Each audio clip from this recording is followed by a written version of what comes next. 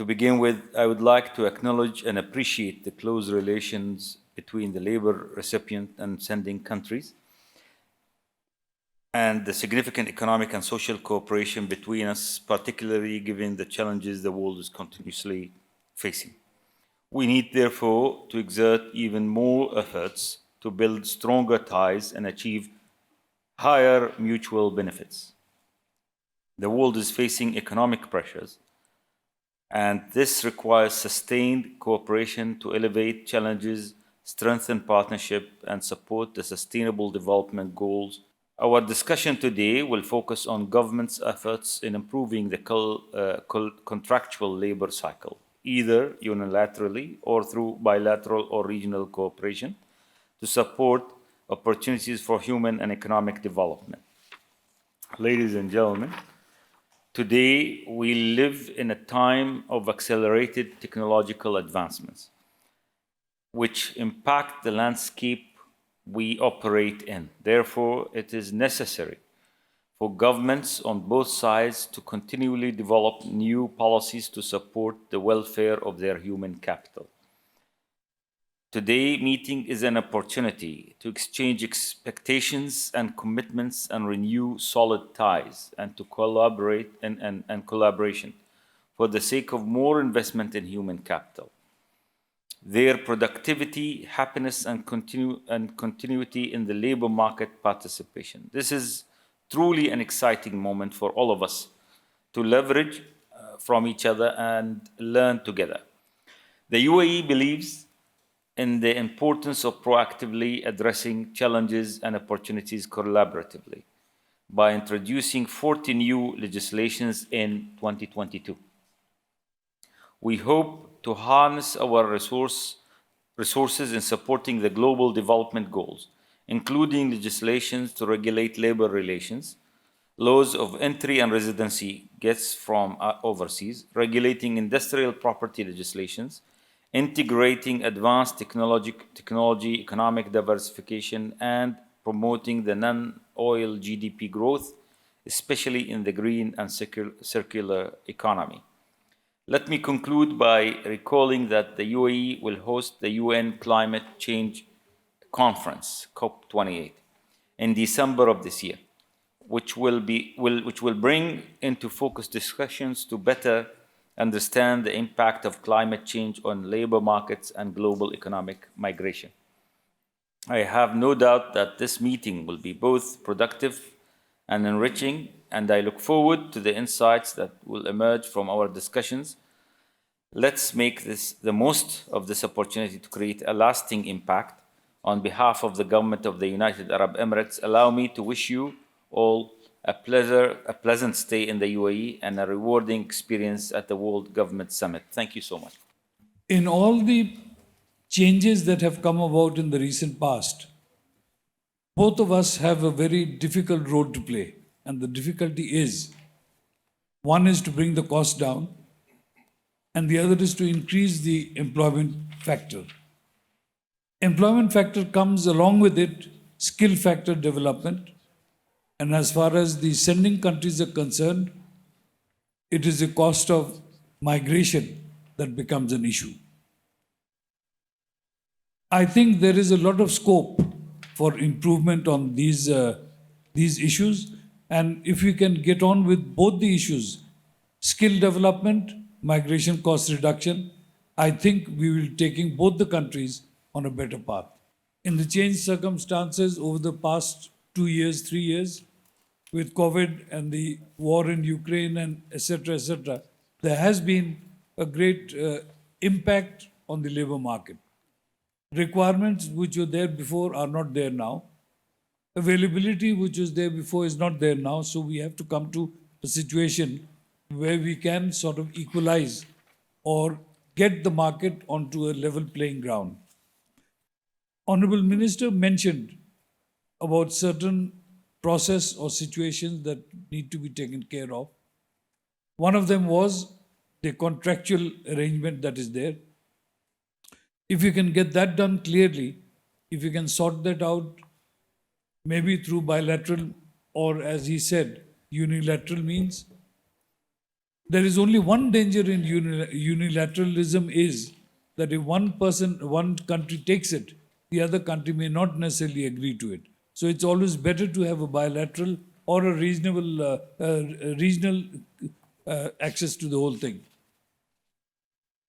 Once that happens, I think we should be able to go ahead. And along with the tech revolution that is going on, we talk about fourth revolution is there, and we're even starting to talk about the fifth industrial revolution. I hope before that we should all be well set. Thank Thank you. you. Thank Thank you, you. Honorable Minister. Thank you for your remarks. His Excellency, Honorable Ministers, distinguished delegates, ladies and gentlemen, and Honorable Moderator, good morning and welcome to the presentation of Bangladesh focusing on the recent development of the legislative and policy framework in migration governance. Bangladesh is the 7th remittance recipient country among the top 10 recipient countries in the world. Currently, 120 million Bangladeshi migrants are working around 174 countries across the globe. So migration governance is very important for Bangladesh. And Bangladesh has already moved to middle income country only recently. Here, the government is focusing on migration governance. So we do have a legal framework which we want to make more contemporary, more effective, and more migration friendly, as well as we are the champion of Global Compact for safe, orderly, and regular migration. So we want to ensure safe, orderly, and regular migration, as well as to ensure the welfare and well-being of our migrants and their members of their families. Now, I would like to focus on the five legal instruments which we are currently formulating as well as amending. The first one is the Action Plan for Paradigm Shift Agenda in 8 5-year plan of Bangladesh. The current government in its 8 5-year plan has included 10-point agenda which we are going to implement started from 2020, and we will complete this agenda within 2025. And it includes, and in this 10-point agenda, we have included capacity building, financial inclusion, and digitalization as well. Now, I would like to shed light briefly on the Overseas Employment and Migrant Act 2013. This act is currently under amendment, which is in progress. Why we are amending this act? Next slide, please. Relevant sections and subsections of definitions of sub-agents, that is the agents of recruiting agencies, are included in this revised act, because there are involvement of intermediaries in the overseas recruitment process in Bangladesh, which sometimes creates some problems for our migrant workers, as well as it impacts on the recruitment cost. So the government is trying to make our Mother Act, which is this Migration Act, more transparent, more accountable, and more user-friendly. So not only the subsection and section regarding sub-agents, we are also including the reintegration initiatives in our Act, as well as we are going to make our Act more gender responsive by incorporating special financial and welfare initiatives for our female migrant workers. We are going to formulate another instrument, which is Wage Earners Welfare Board Rules 2023. These rules is completely focusing on the protection, rights, and well-being of our migrant workers. We do have Wage Earner Welfare Board, so this board will implement this act, and within this act, we are again incorporating repatriation, return, and reintegration, as well as we are going to make a legal basis for collecting information, recording them, as well as preparing databases for our aspirant as well as returning migrant workers. We are going to formulate two important policies for our country. One is national reintegration policy for migrants. You know that during the pandemic, the whole world faces different types of challenges. Bangladesh is not out of exception, and we have got a huge number of our migrant workers returned back in Bangladesh. So from that situation, in that context, government has realized and given emphasized on the reintegration process of the migrant workers, because our migrant workers are coming back every year, and after coming back, we would like to reintegrate them in our society, both economically, socially, and psychosocially. So we have started to formulate this policy. This is under progress, and I'm happy that I am involved in the formulation of this policy. And let me, later I can shed light a bit more on that policy because of time. Yeah. Now, we are going to formulate another policy. As I mentioned that 120 million migrants are working around the world. Those are Bangladeshi. And we, who are living in abroad, we call them diaspora community. So we do have a large number of diaspora community in Middle Eastern countries, GCC countries, Europe, America, Australia, and other countries as well. Now, we would like to invite them to utilize their knowledge, their know-how, their financial ability to our country, as well as the government of Bangladesh recognizes their contribution. Our migrants and our diaspora community contributed during our liberation war, and they are still contributing for the economic development of our country. For that, we have decided, and we are already started to formulate national diaspora policy for Bangladesh 2023. Under this policy, we will make different sections and policy directives so that we can utilize their experiences, their knowledges back in Bangladesh. At the same time, government is willing to provide different benefits to our diaspora community who are living across the world. So this is all. Thank you very much for your patience hearing. Bangladesh is doing very good in migration governance. Bangladesh is the champion of Global Compact for safe, orderly, and regular migration. And thank you for your patience hearing again. Thank you, Excellency, and allow me to commend the government of Bangladesh for the amazing policy work and legislative reforms that has been introduced in today's session. Allow me to remind you that we will have time at the end for questions and comments. So I would encourage you all to give some thought to any issues you would like to raise at the end. Our second presenter today is from the government of Qatar.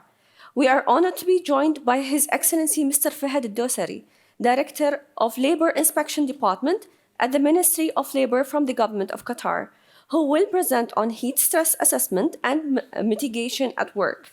The region often gets heat waves, so we're looking forward to hear what you have to say, sir. السلام عليكم ورحمة الله وبركاته. في البداية أرحب بأصحاب المعالي والسعادة وأيضا الحضور الكريم، وأود أيضا تقديم الشكر للقائمين على هذه القمة على حسن الضيافة والاستقبال والتنظيم. ويسرنا اليوم عرض عن مشروع تقييم الإعياء الحراري أو الإجهاد الحراري في العمل والتخفيف من آثاره.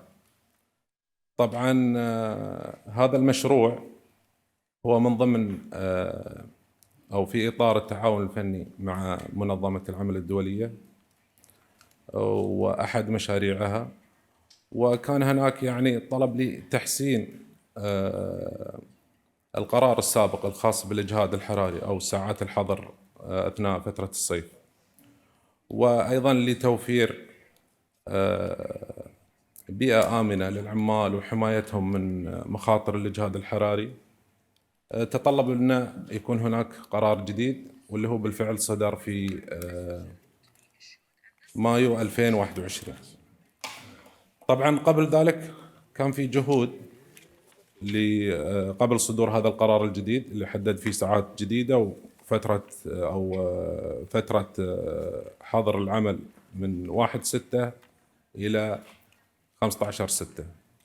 قبلها طبعا كان في هناك دراسة جريت في دولة قطر في صيف 2019، دراسة علمية لتقييم الإعياء الحراري في العمل والتخفيف من آثاره، وصنفت هذه الدراسة على أنها الدراسة الأكبر على مستوى العالم حقيقة، والأولى من نوعها في منطقة الخليج من حيث عدد العينات، وحيث تم استخدام استراتيجيات مختلفة لتقديم توصيات قائمة على أدلة عملية للتخفيف من آثار الإجهاد الحراري. وأيضا تم تحليل البيانات الصحية التي تم جمعها من العمال اللي شاركوا في هذه الدراسة، وذلك بعد أن تمت مراقبة فئة العمال من قطاع الإنشاءات ومن قطاع الزراعي. طبعا لفترة تصل حوالي 5500 ساعة. الدراسة هذه أجريت طبعا من قبل وزارة العمل وبالتعاون مع منظمة العمل الدولية، وأيضا من المختصين في مختبر فايم في اليونان وجامعة ثيسيليا، وأيضا بالتعاون مع اللجنة العليا للمشاريع والإرث. ومثل ما ذكرنا أن الدراسة هذه قدمت توصيات بضرورة أن يكون هناك إجراءات على القرار الوزاري السابق بشأن حظر ساعات العمل في الصيف، وذلك مثل ما ذكرنا لضمان حماية كاملة للعمال المعرضين لخطر الإجهاد الحراري.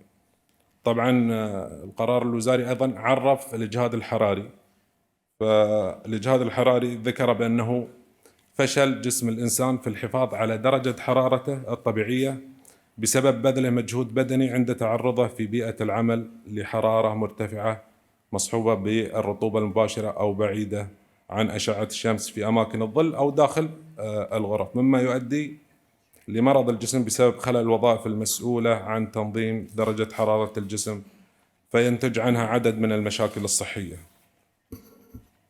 طبعا الدراسة تخللتها عدة مراحل. كانت المرحلة الأولى دراسة ميدانية قام بها فريق البحث لتقييم مستوى الإجهاد الحراري في العمل، وتم التعرف على استراتيجية التخفيف المعتمدة سابقا والمعمول بها في دولة قطر بحسب قانون العمل والقرارات الوزارية المنفذة له. طبعا كان هناك مقارنة بين مؤشر هيومودكس ومؤشر درجة الحرارة اللي هو WBGT والإعياء الحراري المتوقع لاختيار المناسب من بين هذه المؤشرات. حقيقة تم اعتماد قياس اللي هو WBGT في القرار الوزاري بحيث أنه هو المعتمد بمقياس درجة الحرارة في مواقع العمل في دولة قطر، وراح نذكر طبعا الدرجة اللي تم اعتمادها لاحقا. المرحلة الثانية كانت أيضا دراسة ميدانية لتقييم الإعياء الحراري في العمل وأثر على صحة العمال وإنتاجيتهم. حقيقة احنا وصلتنا ردود أفعال من حتى الشركات بعد تطبيق القرار بأن بالفعل كان هناك في زيادة في إنتاج العمالة خلال تطبيق القرار الجديد، فهذا كان يعني من أحد النتائج الإيجابية لهذا القرار. كانت المواقع اللي يعني تم عمل الدراسة عليها، احنا تم اختيار ملعب الريان وأيضا أحد المزارع في دولة قطر لاختبار مؤشر الحرارة وعمل التجارب على العمالة اللي شاركوا في هذه الدراسة. لو نوصل للنقطة الرئيسية في القرار هي نقطتين. النقطة الأولى، سابقا القرار السابق بشأن حظر ساعات العمل في فترة الصيف في دولة قطر كان من 15 يونيو إلى 31/8 أغسطس، وكانت ساعات الحظر من الساعة 11:30 إلى الساعة 3. بعد القرار الجديد أصبحت من 1 يونيو إلى 15 سبتمبر من كل عام، وساعات العمل أصبحت من 10 حتى 3:30 مساء. طبعا تضمن القرار الوزاري الجديد توجيهات والزام للشركات بأن يكون هناك خطة مشتركة للعمال لتقييم مخاطر الجهاد الحراري في مواقع العمل، وكذلك إلزامهم بضرورة إجراء فحوصات طبية سنوية لتشخيص وإدارة الأمراض المزمنة التي قد تساهم في خطر الجهاد الحراري دون أي تكلفة على العامل، مع الاحتفاظ بالسجلات لتلك الفحوصات. وأيضا يعني هناك يعني حقيقة ميزة للعامل في القرار الجديد بأنه من حقه أنه يتقدم أيضا بشكوى إذا حس أن الإجهاد الحراري هذا راح يشكل خطر على صحته في موقع العمل، وهذا أقره في القرار الجديد. وأيضا الشركات لابد أن يكون هناك في توفير للتدريب لجميع العمال يعني التعامل مع الإجهاد الحراري في طبعا قبل يعني مفروض من كل شهر مايو من كل سنة أنه هنا يعني يكون للشركات تدريب للعمالة قبل بدء القرار 1/6 من كل عام. مثل ما ذكرنا تم اعتماد مقياس WBGT على قياس درجة الحرارة وتم تحديده، وطبعا هذا القياس أو هذا الجهاز هو لتقييم جميع المعايير المناخية، يحسب أشعة الشمس والرطوبة النسبية وحرارة الهواء وسرعة الرياح، وتطلع درجة معينة اللي تم اعتمادها في القرار الوزاري اللي هو 32.1. طبعا قبل إطلاق هذا القرار في 2021 كان في هناك حقيقة توعية كبيرة لجميع الشركات في دولة قطر بهذا القرار وبمخاطر الإجهاد الحراري وكيفية الوقاية منه، وكانت حقيقة توعية بعدة لغات للعمالة لضمان إلمام جميع العمالة بهذه المعلومات. طبعا يتم التفتيش على مواقع العمل في أوقات الحظر اللي هو من الساعة 10 إلى الساعة 3:30 عصرا، وفي حال وجود أي موقع عمل مخالف يتم إغلاقه جزئيا أو كليا بقرار مساعدة الوزير. طبعا ما غفلنا على أن نوعي الشركات، تم نشر دليل إرشادي يحتوي على أسئلة شائعة بالنسبة لأصحاب العمل، وأيضا بشأن التعديلات الجديدة في القرار الوزاري لضمان أنه يكون عندهم معلومة كاملة عن أماكن المكشوفة والأماكن اللي هو المضللة. أيضا إحنا من باب الشفافية ننشر الإحصائيات اللي تم إغلاقها كان بشكل أسبوعي خلال فترة الحظر اللي في وسائل التواصل الاجتماعي، وتم أيضا تدريب الموظفين التابعين لإدارة تفتيش العمل في وزارة العمل على كيفية استخدام هذا الجهاز اللي هو جهاز WBGT، وفي حال وجود أي موقع يتجاوز مؤشر الحرارة في هذا الجهاز 32.1 يتم مباشرة إيقاف العمل في هذا الموقع. طبعا من آلية يعني تطبيق القرار، طبعا المفتشين تم توزيعهم على النطاقات الجغرافية لدولة قطر بحيث أن نضمن أن نغطي جميع مناطق الدولة. ومثل ما ذكرنا العقوبات فإن يعني يغلق جزئيا أو كليا بقرار من الوزير مكان العمل الذي لا تراعى فيه أحكام القرار. وحقيقة احنا يعني الإحصائيات إذا آخر سلايد يشوفونها انخفضت الحقيقة حالات الإجهاد الحراري المسجلة في مؤسسات حمد الطبية وفي مراكز الهلال الأحمر اللي هي الخاصة في العمال بشكل ملحوظ، انخفضت حالات الإجهاد الحراري. ومقارنة طبعا بالسنوات أو بإحصائيات السنوات السابقة، خاصة الحالات التي تم تسجيلها سابقا في الفترات التي لم تكن مشمولة في هذا القرار، يمكن تطلعون الإحصائيات اللي واضحة أمامكم. هذا الحقيقة ما لدي بشأن قرار الإجهاد الحراري، وشاكرين لكم حسن الاستماع.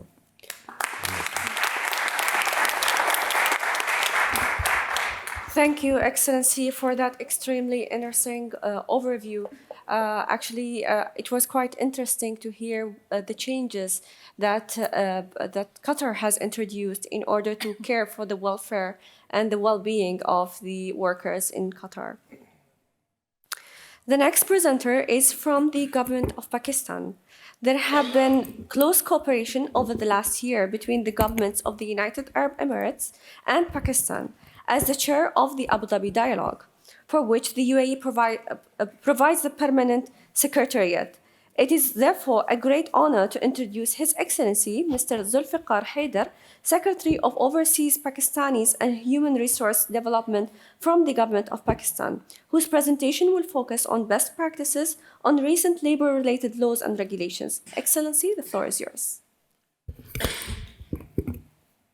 Thank you very much. Bismillah ar-Rahman ar-Rahim. Your Excellencies, dignitaries, ladies and gentlemen, Assalamu alaikum and good morning to you all. I will have about 9 slides and will take around 5 to 6 minutes to set the context and browse through the presentation. Next, please.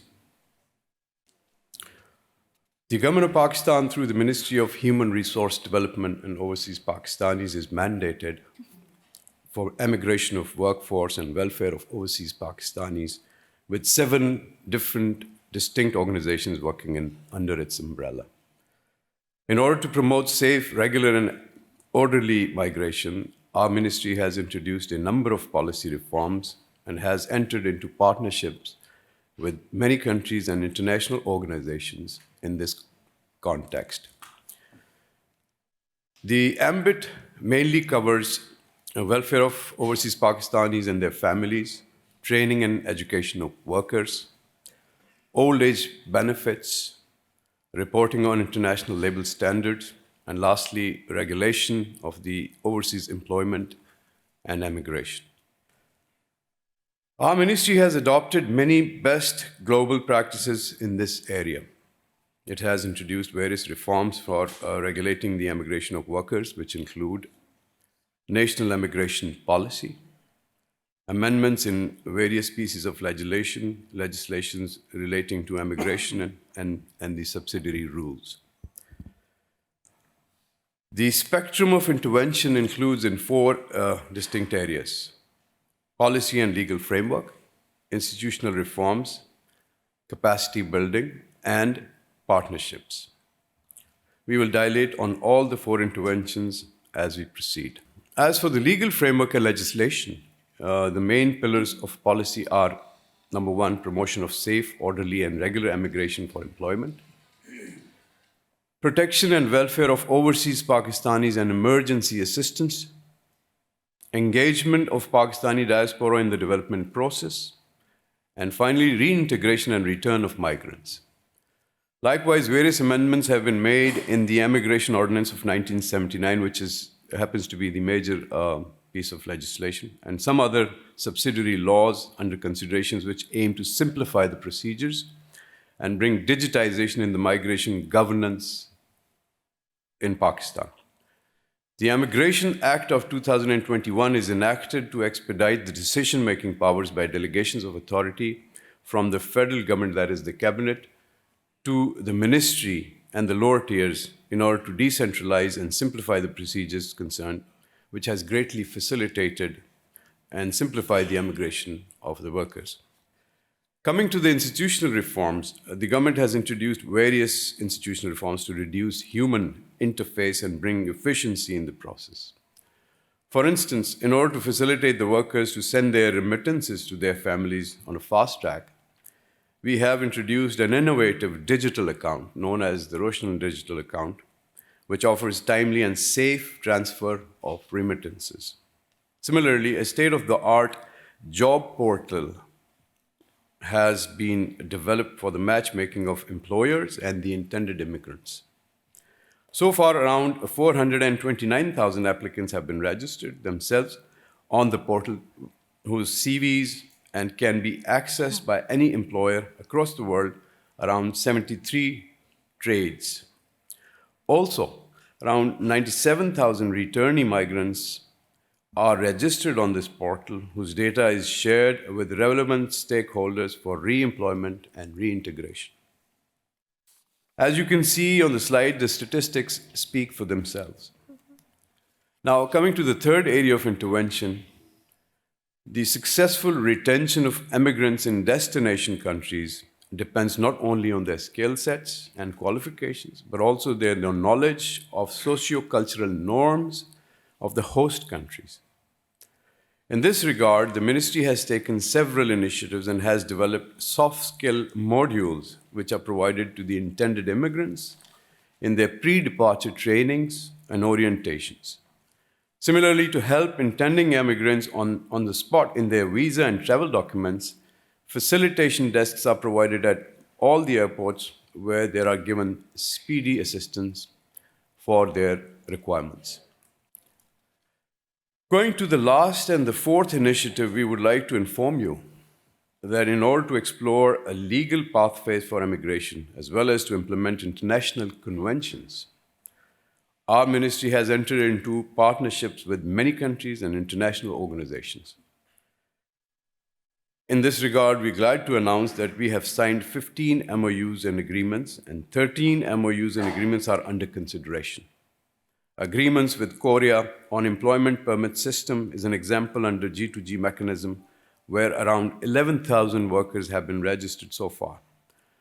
Similarly, a skill verification program, SVP, is introduced with the Kingdom of Saudi Arabia for the verification of skills of Pakistani workforce intended abroad.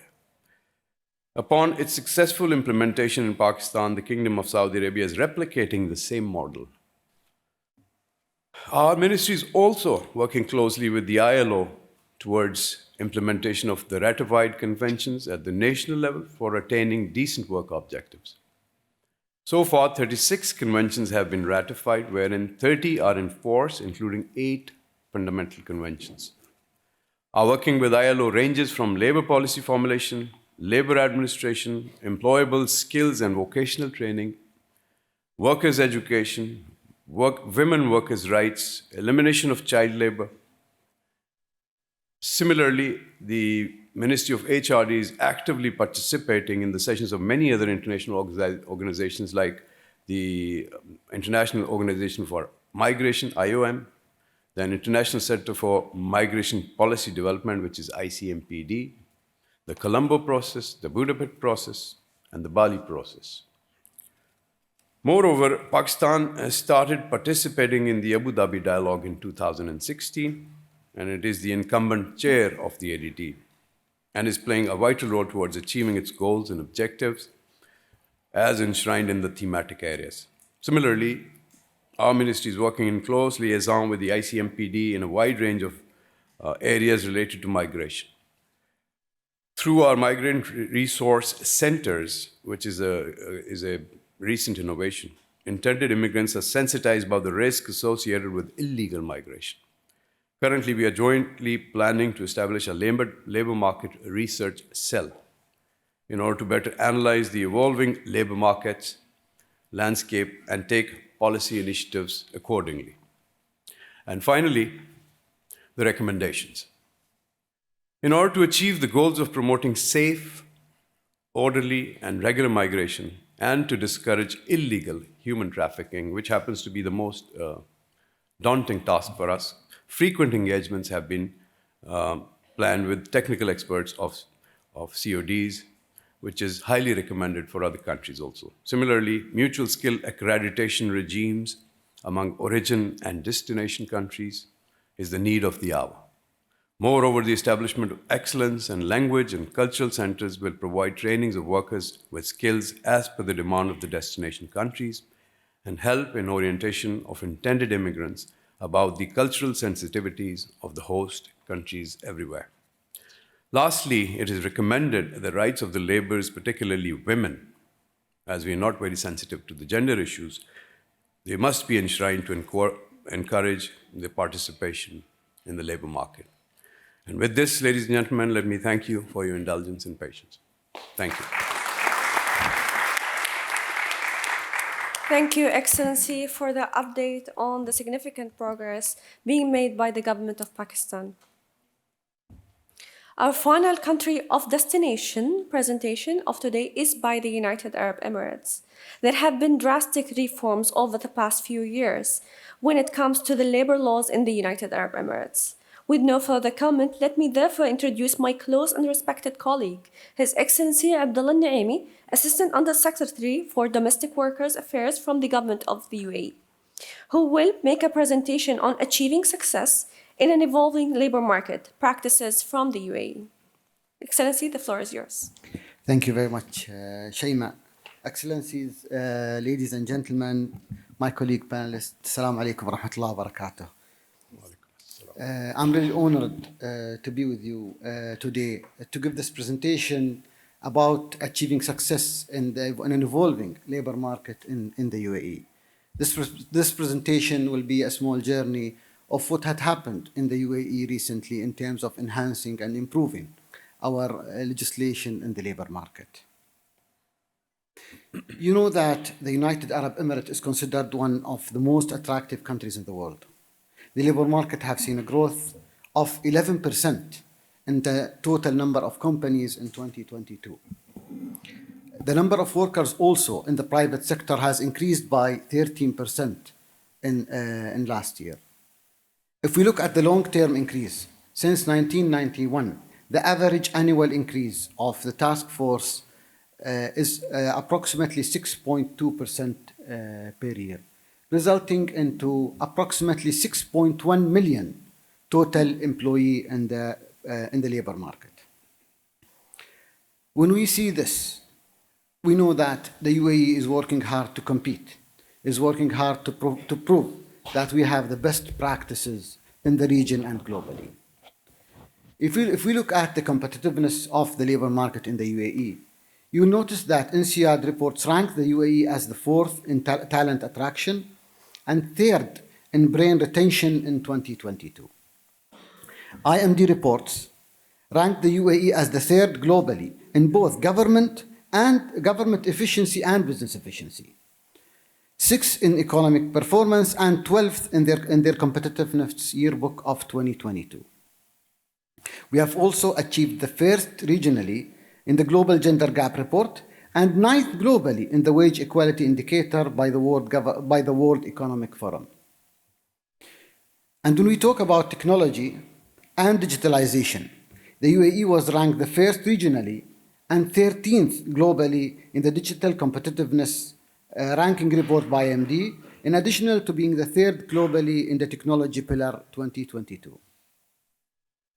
Moving to talking about the labor market policies in the UAE, I'll give you an overview of the new legislation reforms, in addition to presenting some examples of the new policies and initiatives recently introduced. When we talk about developing laws and policies in the labor market in the UAE, there are many drivers behind this, including ensuring transparency, extending protection, ensuring equality and non-discrimination for all workers, providing awareness, and also having a strong inspection system, monitoring the labor market, and ensuring free and easy access to labor disputes for everyone. The first labor law was introduced back in 1980, and the first domestic worker law was introduced in 2017. In 2021, the labor market had a major update in its legislation, including unifying the general rules of the labor market and the issuance of a new labor law, addressing the needs of the development that happens in the world of work and enhance the protection and regulation in the labor market. Following that, a new law regulating domestic worker labor market was introduced in 2022, focusing on enhancing the protection of domestic workers and the regulation of the recruitment process.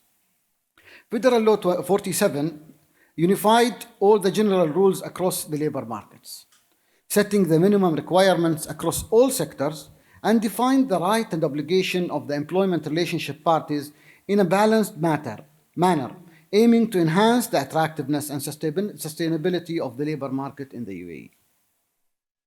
Federal Decree Law 33 was a major update in the labor market regulation.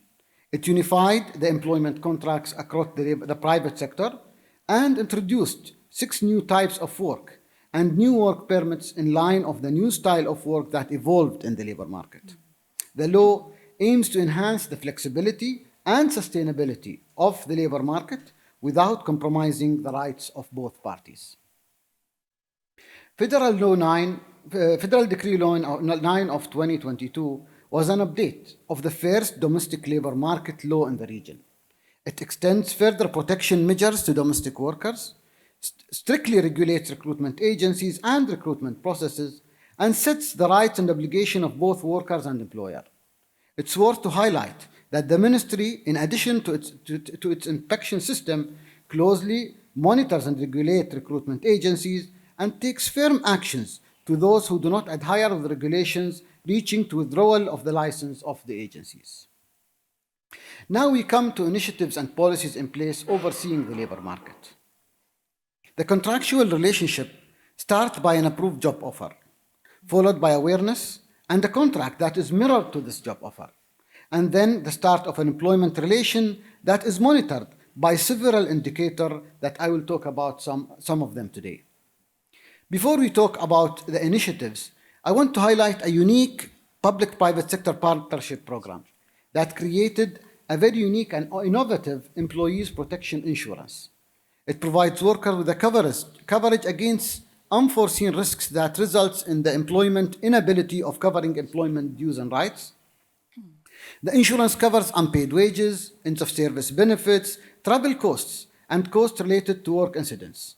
The coverage of this insurance policy can reach up to $6,000 or 20,000 dirhams and costs the employer only 60 dirhams per year. Of course, one of the main indicators is the wages protection system. The system monitors the payment of wages agreed in the job contracts, providing an early preventive measure in labor disputes, and provides a safe net to the rights of workers and promotes financial inclusion of all members of the society. WPS and other systems feed into our innovative labor inspection system, evaluating the level of risks and triggering inspection visits that aims to assure adherence by the law and provide guidance to employers on corrective measures to ensure the compliance. Of course, all employees have access to reach us in several channels, including hotlines, labor dispute center, and all of our communications channels, including a new WhatsApp channel that was the first authenticated federal government WhatsApp line in the UAE. One of the latest initiatives that we had is the unemployment insurance. Once again, working with the private sector allowed us to create another innovative product, mandatory on the whole labor market, providing a safety net to workers to have some time to look for new opportunities in case of job loss by providing coverage benefits reaching up to 20,000 dirhams for 3 months in case of termination.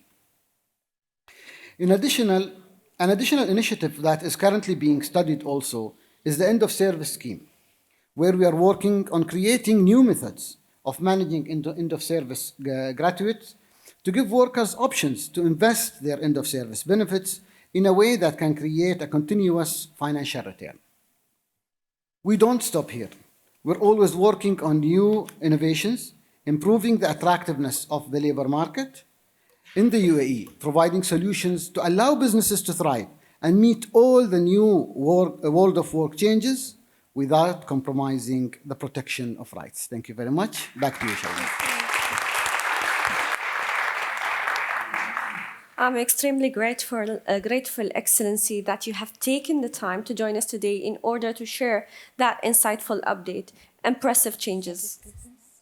Our final labor sending country is the government of the Philippines, who have long been a champion for innovation in the governance of labor. We are honored to be joined by Her Excellency Undersecretary Maria Antoinette Velasco Alonso, Department of Migrant Workers from the Government of the Philippines, whose presentation is titled Philippine Labor Migration, Governance, Journeying with Our Overseas Filipino Workers. Excellency, you have the floor. Thank you very much and good morning.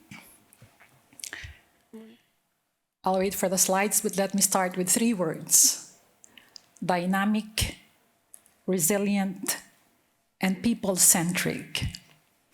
If I were to summarize the attributes of how our overseas employment, migration policy, and governance journey has been, those will be the 3 words that characterize that particular journey, not only for government, but also for our private sector partners, and most especially for the migrant worker Filipinos, whom I'm sure have had the blessing of working with you and for you.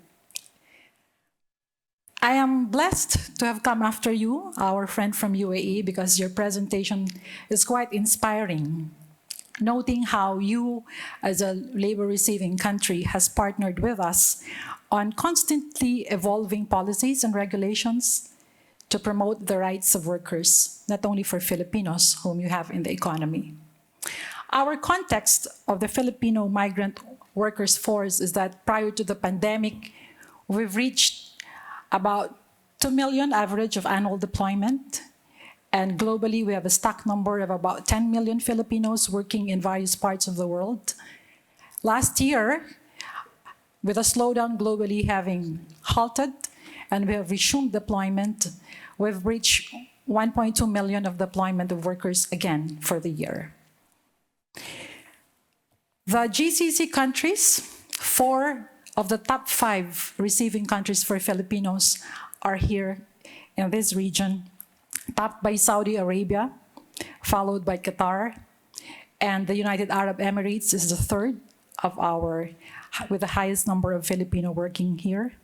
Kuwait comes 4th, and Hong Kong is the only Asian country that receives our workers in terms of volume. This year is also a good year for us. This is actually our 49th year of labor migration policy institutionally. So next year, we are having preparations for our golden celebration, if you may call it so. But just to walk you back a bit, institutionally, the overseas employment migration policies and mechanisms started in 1974 with the institutionalization of the Overseas Employment Program through the Overseas Employment Development Board. And in 1982, we have our previous administrator of the Philippine Overseas Employment Administration. Regulatory mechanisms and policies were strengthened, with the OEDB being converted into the Philippine Overseas Employment Administration. Since the 90s and up until the 2021, our policymakers worked towards integrating the various government agencies and mechanisms that were focused on providing workers protection and the promotion of rights. And finally, on December 2021, we passed the Migrant Workers Act, Republic Act 761141, which is a measure that integrated all various government agencies whose functions and mandates were related to protecting migrant Filipino workers overseas. So right now, we are restarting the journey of enhancing synergies towards a smarter, if not smart, migration, as we've always had. The principles remain the same since we started this program. It is a concomitant policy to promoting national interest. We've always taken a rights-based approach as guaranteed by our Constitution. And as we've entered this age of digital technologies, we are one with you in the journey of leveraging on technology and pursuing data and evidence-based planning to make sure that the decisions and concomitant programs continue to be responsive to the needs of our workers. This integration of government agencies now see that the Department of Migrant Workers is actually a merger of the POEA. We also subsumed under us the International Social Welfare Office of the Department of Social Welfare and Development. And then what used to be an office that manages the National Reintegration Program is also now a major component of the programs of the DMW. We have also subsumed the International Labor Affairs Bureau of the Department of Labor and Employment. So those of you who have friends from before with the Department of Labor, ILAB, we have renamed our foreign offices as migrant workers offices. And currently we have 39 to 40 of them. And we are adding 4 more posts this year, beginning with Thailand and Guam, and 2 other destinations that have yet to be finalized. We have retained supervision over the National Maritime Polytechnic because, as you know, the Philippines being an archipelagic country, we are also home to the best seafarers in the world. The vision of the department now is focused on providing the venue, the milieu, as the exclusive home in government for our overseas Filipino workers. And this comes from the context that before there were fragmented approaches, there were many different agencies that were working towards the various programs that support the needs of our workers. This vision is anchored also on the recognition of the pivotal economic role that our migrant workers play in the national development of the country. We have a twofold mandate. The first one has to do with us being tasked to be the primary agency to protect the rights and promote the welfare of our migrant workers. So we are in charge now of policy formulation. We coordinate with Congress. We spent a considerable amount of time attending legislative inquiries in aid of policymaking as we continue to review, revisit, refresh, and make sure our policies and make sure that they remain relevant to the emerging and upcoming challenges that we face ahead.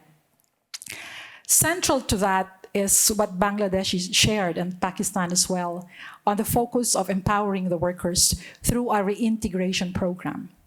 And the details of that I will go on later on.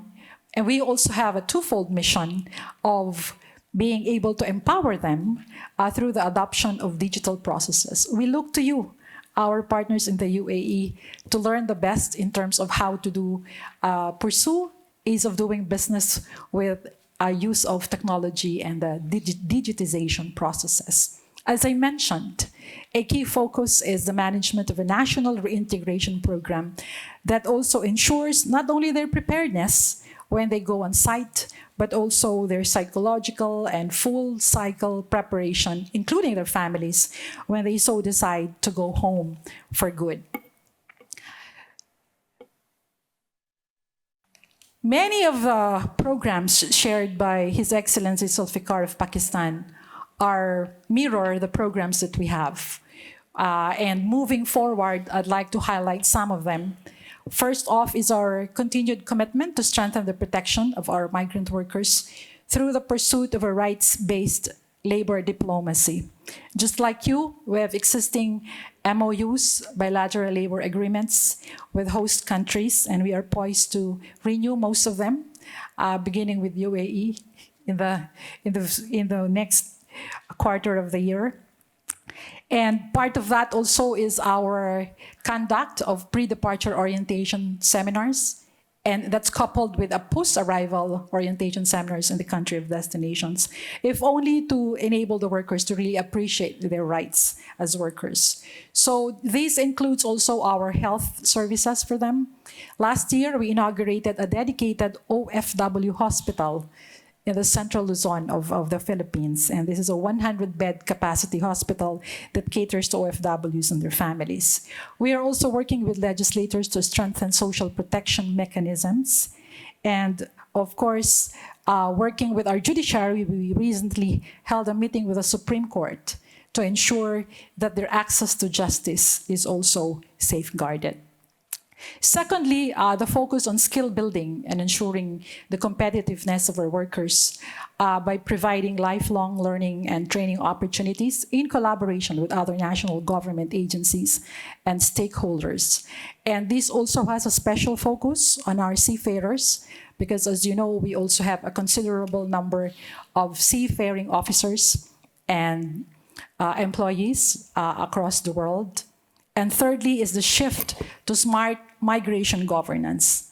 As I speak, 1 month in office, our secretary directed the development of the OFW mobile app, because we want to ensure that securing the overseas employment certificates for workers, the OEC is like the employment permit, which are immigration checks before a worker leaves the Philippines, the border. And now this is about to be launched this month after a series of tests to ensure that the workers, when they leave, will have ease of access to getting the certificates. We have also issued recently 2 policy circulars, and these circulars have actually cut the processing time of verification and accreditation of documents from what used to be 3 months to just 7 to 10 days. The fourth area of our key reforms in terms of program, as I mentioned, is a focus on implementing a full cycle, whole of country reintegration program. We are forging partnerships with the private sector, and no less than the President has instructed that this program needs to also focus on helping not just the OFWs individually, but their families, and in particular, the children who are left behind. Alongside this effort, we have rolled out, since about 10 years ago, scholarship programs for children of overseas Filipino workers. Some of them, you might be glad to know, graduate with honors. They pursue professions, like they become lawyers, doctors, engineers.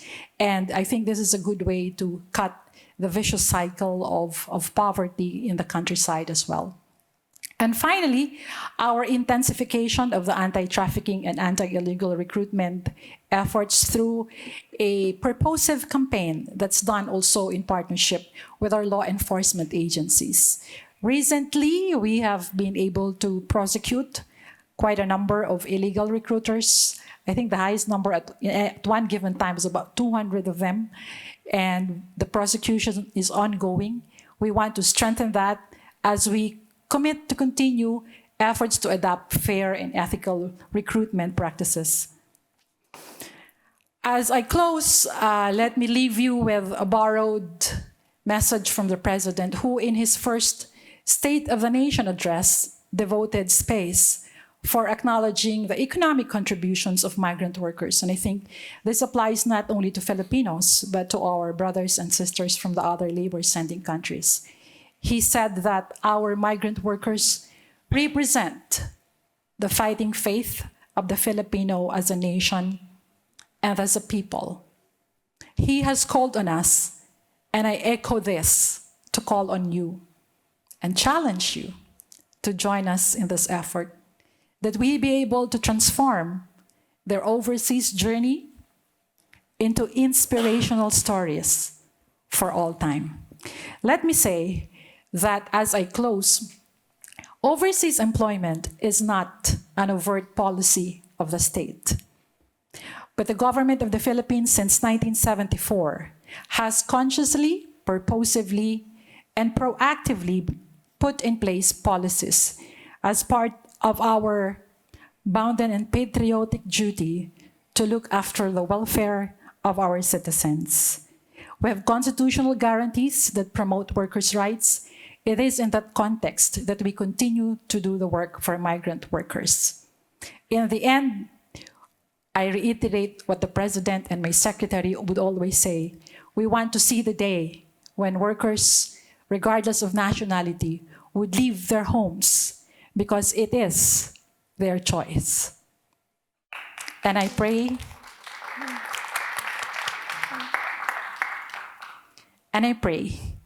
that one day they choose you, you will remain to be our partners to pursue kindness, compassion, and the well-being of humanity.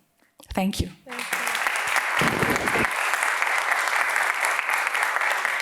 Thank you, Excellency, for your thought-provoking remarks. It has been really interesting. It is platforms like these that allow us to exchange those ideas and listen to what's happening around the region and see how those policies from all around, they integrate and they complete each other, basically.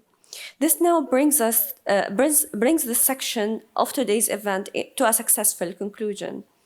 We are also honored to be joined today by His Excellency Gilbert Hongabo, the 11th ILO Director General.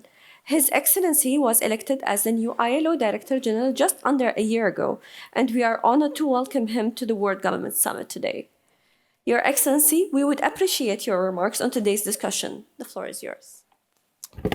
Thank you so much, Madam Moderator, and good morning, Excellencies.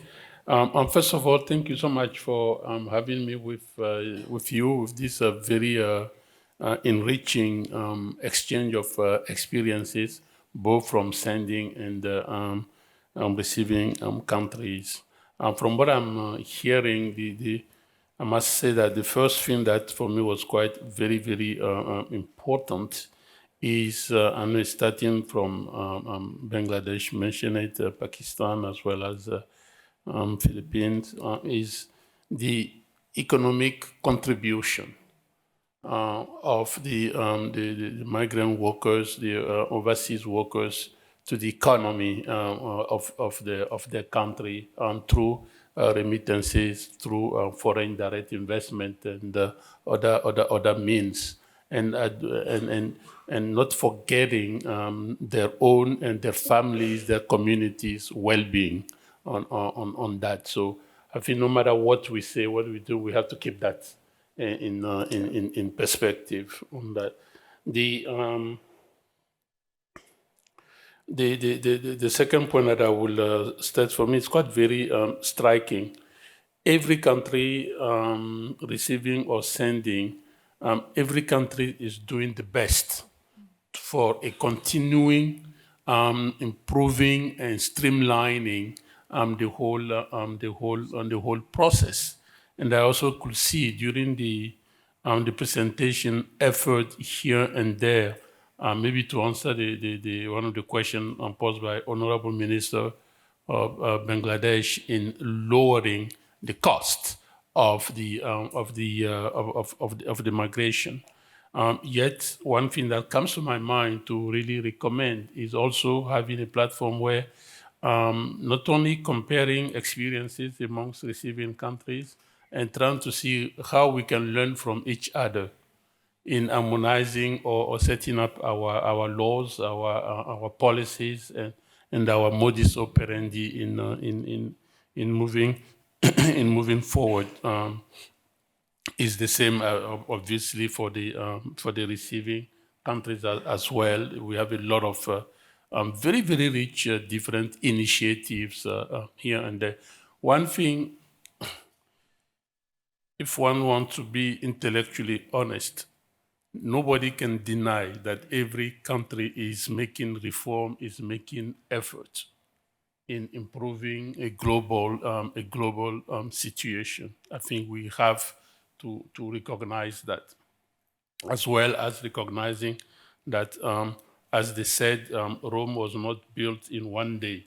Mm-hmm. And we have a journey, and we have to also recognize that, okay, there always still room for improvement, where we have to continue working on. I want to highlight also what came out during more than one presentation, the importance that everybody is attaching to fighting against illegal recruitment practices in different countries, which is also linked to this the cost issue. We know that the illegal recruitment practices are really one of the challenge that we have from the beginning to the end.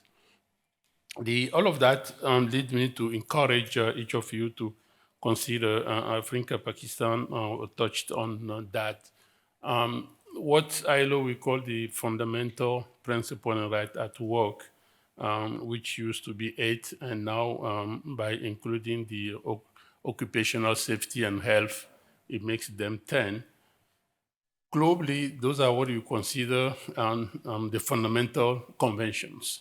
By ratifying those and working to implement them, it helps us in all those challenges that we are talking about.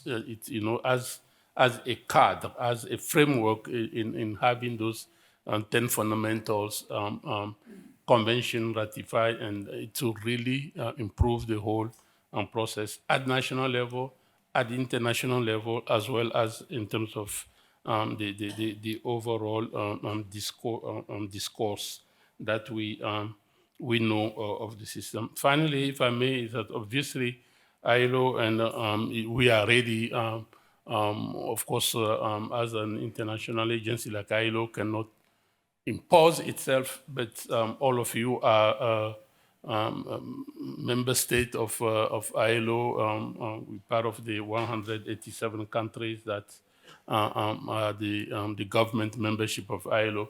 We are at your disposal. We are at your disposal and several of you, we do have ongoing activities and offices and so forth. And if whatever we could be of use, we also have our regional office for the Gulf in Beirut, in Lebanon, and in Bangkok, Thailand for Asia and the Pacific. They are also ready to looking at that perspective. Well, when we had, and I know I met some of you there in Singapore in December or November, December, when we had the regional meeting, and this very issue about the migrant workers was one of the major issues that we were discussing, both from receiving and sending perspective. Well, and again, of course, I'm standing ready to answer questions if any. So I want to thank you again. Thank you, Excellency, for that extremely. We will now open the floor for questions and comments. As we mentioned earlier, today's event is being held under Chatham House rules in order to encourage free and open debate. Let us therefore take our first intervention from the floor. I think we have time maybe for 1 or 2 questions. Yes, so we have the government of Nepal. Yes. Thank you, Madam Moderators. Your Excellencies, Minister, ladies and gentlemen, Salam Alaikum and Namaste. I am the Secretary, Ministry of Labor, Employment and Social Security, Government of Nepal. And also thanks to all the panelists to maintain our labor governments safe, orderly, and dignified in this region. Nepal also has made several significant reform in the sector of labor migrations, like digitalize to all the service. Complaint, grievance handling, and mechanism have been established. We are going to make a kind of job portal to meet employer and the employees as well. And my issue is that Government of Nepal has made ethical recruitment policy. And second, we are going to establish the Social Protection Fund. And every migrant workers, Nepalese migrant workers, are going to connect this fund and also focus on reintegrations. Already mentioned Philippines, Bangladesh, and Pakistan. And also, my question and query is that how we control the recruitment, illegal recruitment in this region. And some recruitment agencies, receiving countries and sending countries are involving to the illegal activities and to collect the money from the migrant workers. And migrant workers compelled to pay huge amount of money for that purpose. And also how we connect that social security fund, our migrant workers from the receiving countries. What is your roles and in this regards? And another question is that actually how we connect that job portals frequently meeting each other. When we establish that job portals, then definitely we are going to protect every migrant workers in this regards. Thank you, panelists. Thank you. Thank you, Excellency, for your questions. So I will allow a few remarks from our speakers. I believe the United Arab Emirates have an intervention. Thank you very much, Shaima, and thank you, Excellency, for the question. Actually, irregular migration is a huge challenge. But if we look at the cause of it, let's talk about it like if we have 2 sides of a river. If we don't have a bridge, of course, people would try to swim across, putting themselves in challenges related to different factors while going through this.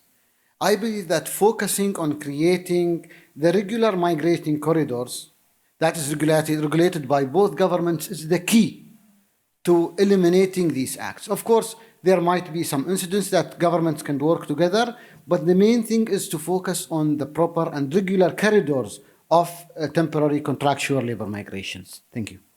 Thank you.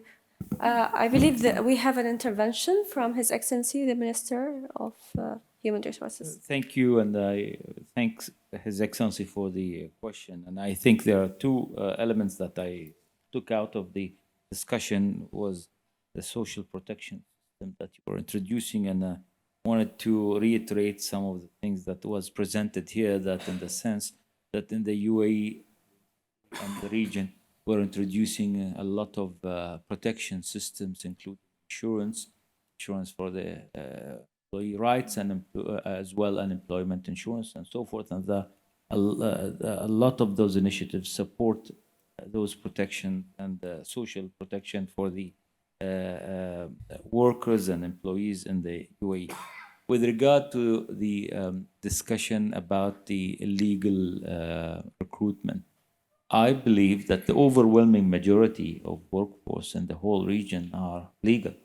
Otherwise, we will not be enjoying all this economic prosperity together.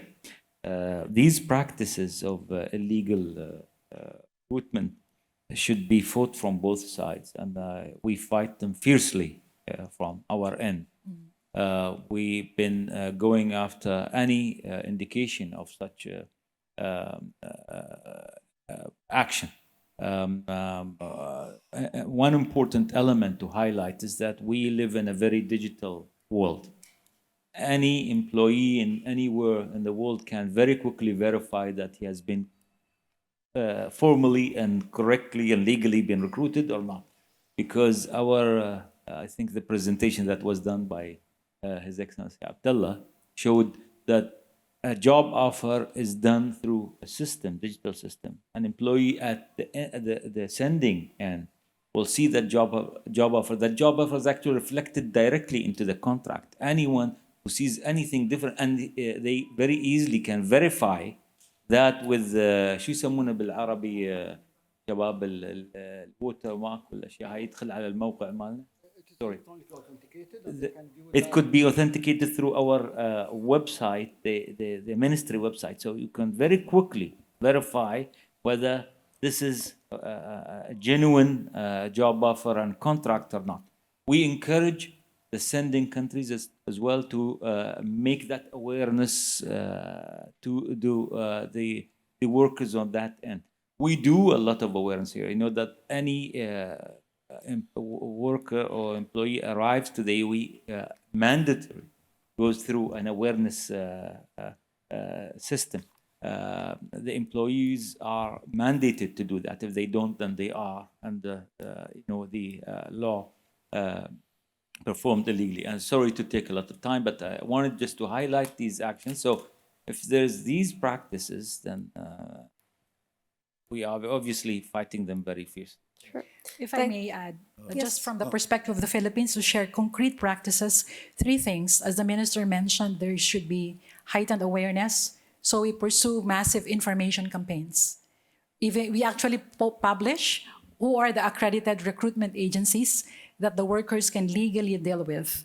And in that regard, we partner with local government chief executives, because most of those who are recruited are from the remote places where they may not have access to websites and they don't have Wi-Fi. And so we actually get the information out through the local public employment service offices. Secondly, there must be certainty of speedy and fair justice and trial.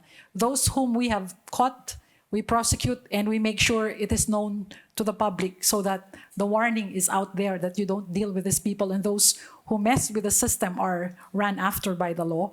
And third is the pursuit of strong partnerships. We can never do this gargantuan task by ourselves. And with that, we have partnered with Academe. Law interns are there to help build cases and prosecute them. We have partnered with law associations, lawyers who have an extra time to help us in the prosecution. And even an entity we are not usually comfortable with, the media. In this regard, they would be an ally. to get things out there, the information, and also Facebook, because, you know, in the Philippines, a number of illegal recruitment cases have actually stemmed from fake Facebook posts. So we have also engaged Facebook Philippines and Google Philippines so that any posts of this kind are immediately taken down, and we are assisted in terms of tracking where the posts came from and do the necessary. Thank you. Thank Thank you, you. Excellency, for your intervention. Thank you, Excellencies, for your intervention. Unfortunately, we've run out of time, so I encourage you all to network and continue your questions outside the room. That is all that we have time for today. Allow me, on behalf of the government of the UAE, to thank today's presenters, as well as all of you in the audience, for your valuable contributions and comments. You have all been contributed to a lively and valuable discussion. We will look for ways to build on the outcomes of today's discussion and find opportunities to continue to share insights and key developments. In the meantime, I would encourage you all to enjoy the rest of the World Government Summit and to attend as many sessions as you can. It has been a great honor to moderate this session, and I look forward to seeing you all again in the near future. Thank you. Thank you.